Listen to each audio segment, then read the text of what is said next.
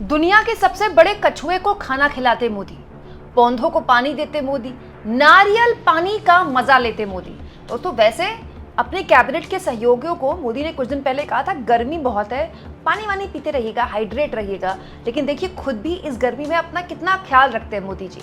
मोदी जी कैसे दुनिया के सबसे बड़े कछुए को खाना खिलाते हुए ट्रोल हो गए और ध्रुव राठी ने उनसे कहा कि देखिए मोदी मुझे कॉपी कर रहे हैं। सब कुछ मैं आपको तफसील से बताऊंगी दोस्तों, और ये भी बताऊंगी कि प्रधानमंत्री मोदी का पिछला महीना, ये महीना और आने वाला महीना कितना व्यस्त रहने वाला है। व्यस्त मतलब आप ये सोच रहे हैं कि पेपर लीक वाली समस्या को रोकने के लिए? अरे नहीं नहीं। या आप ये सोच रहे हैं कि आने वाले मॉनसून सत्र की तैयारी के लिए? अरे नहीं नहीं।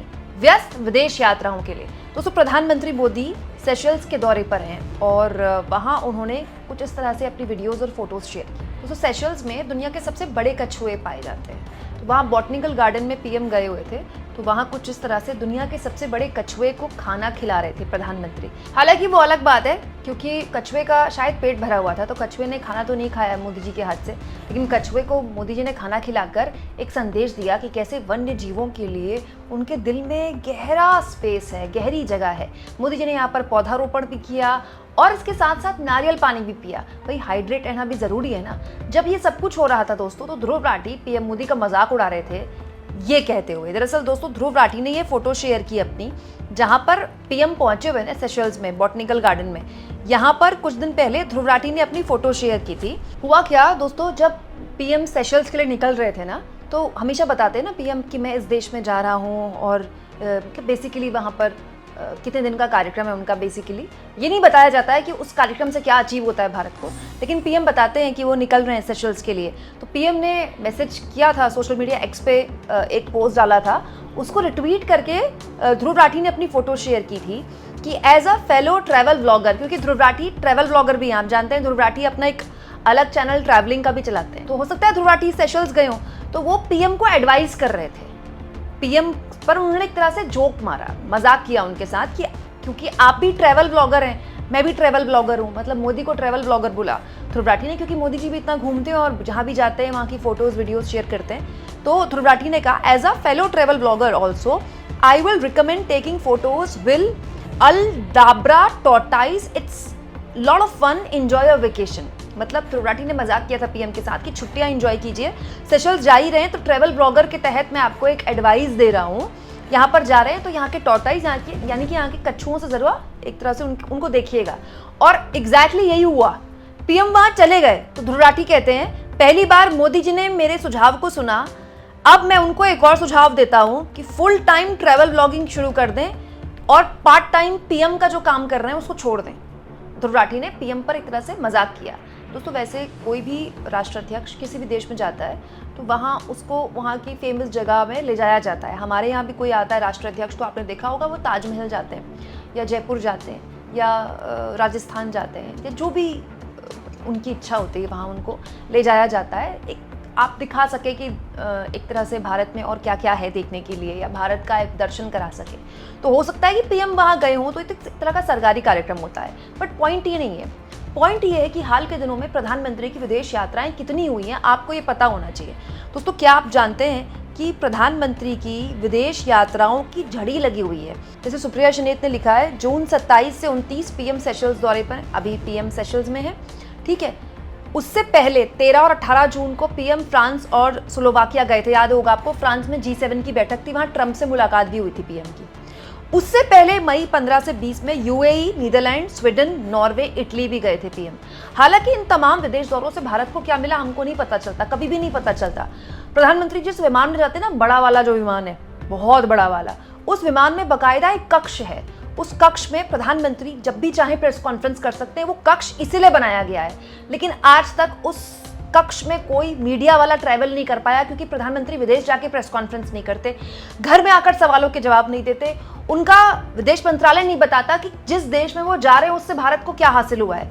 और तो और अभी रिसेंटली जब ट्रंप से उनकी मुलाकात हुई थी तो तब भी लोगों ने सवाल खड़े किए कि भारत के 3 सेलर्स की जान चली गई ओमान की खाड़ी में अमेरिका के हमले में, उसके बावजूद भी पीएम ने कुछ नहीं बोला। जब ये बहस चली रही है दोस्तों, तो एक और जानकारी आपको दे देती हूँ। अगर आपको लग रहा है कि सेशल्स दौरा निपटने के बाद पीएम देश में रहने वाले, तो नहीं, पीएम जैसे ही सेशल्स से वापस आएंगे उसके बाद 1 से 3 तारीख तक उनका जापान दौरा है, जापान में एनुअल समिट होने वाला है, तो प्रधानमंत्री अभी घर आएंगे फिर विदेश जाएंगे। अब इसके लिए प्रधानमंत्री की तारीफ भी की जा सकती है कि देखिए इतने अलग अलग टाइम बैंड्स के देशों में वो ट्रैवल कर लेते हैं, उनको जेट लैग नहीं होता। जेट लैग मतलब जब आप एक देश से दूसरे देश जा रहे हैं और वहाँ का टाइम चेंज है, जैसे हमारे यहाँ रात हो रही है वहाँ दिन हो रहा है, वहाँ दिन हो रही है हमारे यहाँ रात हो रही है, तो हमारी बॉडी को एडजस्ट होने में टाइम लगता है। लेकिन बहुत सारे फ्रीक्वेंट ट्रैवलर्स होते हैं जिनकी बॉडी बाय डिफ़ॉल्ट एडजस्ट हो जाती है, उनकी स्लीप टाइमिंग उस हिसाब से एडजस्ट हो जाती है। तो दोस्तों बहुत सारे लोग जो पीएम की इसके लिए तारीफ करते हैं कि देखिए इनको जेट लैग नहीं होता, ये अपनी बॉडी को एडजस्ट कर लेते हैं, उनको ये पता होना चाहिए कि वो लोग जो बहुत फ्रीक्वेंटली ट्रैवल करते हैं उनको आदत हो जाती है, वो अपनी बॉडी को इस तरह से अभ्यस्त कर लेते हैं। और वैसे भी हमारे मोदी जी को तो सोने की ज़रूरत ही नहीं पड़ती। लेकिन एक और चीज़ है जिस पर विपक्ष ने सवाल उठाए हैं दोस्तों। जयराम रमेश ने यहाँ पर एक बहुत इंपॉर्टेंट बात बोली है। देखिए प्रधानमंत्री यहाँ पर कछुओं को खाना खिला रहे हैं, दुनिया के सबसे बड़े कछुओं को, यहाँ पर पौधारोपण कर रहे हैं, यहाँ पर वन्य जीव का क्या महत्व है वो समझ रहे हैं। लेकिन राहुल गांधी ने अभी कुछ दिन पहले निकोबार जाके, अंडमान निकोबार जाके पूरी वीडियो शेयर की थी। आपको याद होगा उस वीडियो में राहुल गांधी ने वहाँ जंगलों में खड़े होकर वीडियो बनाई थी, वहाँ के आदिवासी लोगों के साथ बात की थी, वहाँ के जो एक्टिविस्ट हैं, पर्यावरणविद हैं, उनसे बात की थी, वहाँ के स्थानीय लोगों से बात की। दोस्तों इसके बाद राहुल गांधी ने स्कूबा डाइविंग भी की थी। और ये सब बताने का मकसद राहुल गांधी का था कि ग्रेट निकोबार प्रोजेक्ट के तहत करीब 1.5 करोड़ पेड़ काटे जा रहे हैं इस पूरे हिस्से में, जो इस पूरे हिस्से को तबाह कर देगा, बर्बाद कर देगा। यहाँ इतने बड़े लेवल पर वन्य जीवों को नुकसान होगा, इससे वो तबाह हो जाएंगे पूरी तरह, और यहाँ जो पूरा स्थानीय इकोसिस्टम है वो खत्म हो जाएगा। लेकिन तब उन पर यह आरोप लगाए गए कि राहुल गांधी ने स्कूबा डाइविंग करने में 26 करोड़ रुपए खर्च किए हैं। मतलब अंडमान निकोबार में तो स्कूबा डाइविंग हर टूरिस्ट करता है, तो 26 करोड़ रुपए खर्च होते हैं क्या, ये मुझे नहीं पता। लेकिन रिजिजू ने कहा था कि 26 करोड़ रुपए राहुल गांधी ने खर्च कर दिए स्कूबा डाइविंग में। हालांकि वो अलग बात है, रिजिजू ने खुद भी स्कूबा डाइविंग की थी उसके बाद। लेकिन प्रधानमंत्री क्योंकि आप इकोसिस्टम की बात कर रहे हैं, एनवायरनमेंट की बात कर रहे थे, इस तरह की वीडियोस शेयर करके, फोटोज शेयर करके, तो जयराम रमेश ने कहा सेशल्स की अपनी वीकेंड यात्रा के दौरान प्रधानमंत्री ने नेशनल बॉटनिकल गार्डन में अल्बाड्रा जॉइंट कछुए के सम्मान में एक पोस्ट किया। ये उनके जबरदस्त पाखंड का उदाहरण है। ग्रेट निकोबार आइलैंड प्रोजेक्ट जिसे वो जबरदस्ती आगे बढ़ा रहे हैं, लेदरबैक कछुओं समेत कई प्रजातियों के आवास को नष्ट कर देगा। हजारों कोरल कॉलोनियां खत्म हो जाएंगी। द्वीप के अनोखी जीव जंतु, चाहे पता हो या ना पता हो, या फिर कई ऐसे जो खोजे भी ना गए हों, वो बर्बाद हो जाएंगे। मैंने रक्षा मंत्री, पर्यावरण, वन और जलवायु परिवर्तन मंत्री, जनजातीय मामलों के मंत्री और बंदरगाह, जहाजरानी और जलमार्ग मंत्री को कई पत्र लिखे हैं। बातचीत जारी है, लेकिन प्रधानमंत्री एक पर्यावरणीय आपदा लाने पर आमादा हैं, और ये सब मोदानी साम्राज्य के फायदे के लिए। विपक्ष कह रहा है कि मोदानी के लिए मतलब अडानी के लिए ये सब कुछ पीएम कर रहे हैं, और विदेश में जाकर फोटो खिंचवा रहे हैं कछुओं के साथ। यहाँ निकोबार आइलैंड में अगर बड़े लेवल पर पेड़ काटे गए, वहाँ के इकोसिस्टम को नुकसान पहुंचा, तो न जाने कौन कौन से वन्य जीवों को नुकसान होगा। हालांकि दोस्तों वन्य जीवों को नुकसान, पर्यावरण हमारे देश में मुद्दा कहाँ है। आप देखिए इस साल देश में करीब जून में 43% कम मानसून है, 43%। प्रधानमंत्री वैसे विदेश में नारियल पानी पी रहे हैं, विदेश यात्रा कर रहे हैं, ठीक है, लेकिन देश में एक बहुत भीषण समस्या है। ये साल भारत पर बहुत भारी पड़ने वाला है, आप जानते हैं।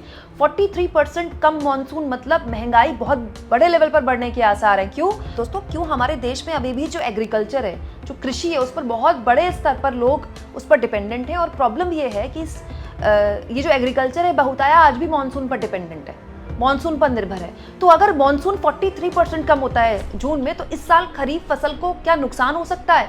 दूसरा, जब युद्ध चल रहा था तब ये कहा जाता कि फर्टिलाइजर्स की संकट हो सकता है, और अब तो मानसून का ही संकट पैदा हो गया। आप खुद सोचिए, जून पूरा निकलने को है और बारिश की बूंद नहीं पड़ी है कई शहरों में उत्तर भारत के। अब तक तो बारिश शुरू हो जाती है।